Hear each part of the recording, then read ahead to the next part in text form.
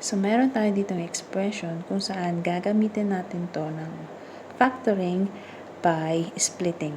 Okay? Let's factor this using splitting. Ang gagawin natin una dito is kukunin natin yung product ng ating leading coefficient at ang ating constant. 2, which is 2 and 3. So, 2 times 3 is equal to 6. Now, ano ang gamit nitong 6? Ito ngayon ay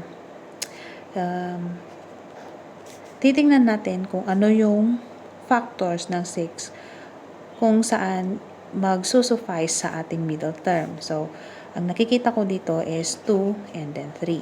2 times 3 is equal to 6, pero kapag pinag-add mo ito, magiging 5. Okay? So, which is, ang ating middle coefficient ay 5.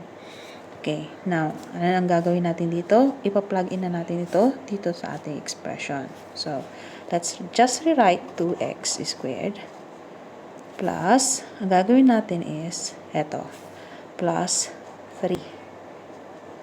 Okay? 3x. Lalagyan na nga natin ngayon ng x to mga to. Plus 2x. And then, plus 3. Ngayon, lalagyan natin ng mga bracket to or parenthesis para ma-factor out natin isa-isa. So, we have here x. Kung ifa-factor out natin, lalabas natin yung ating x and then may maiiwan tayong 2x plus 3.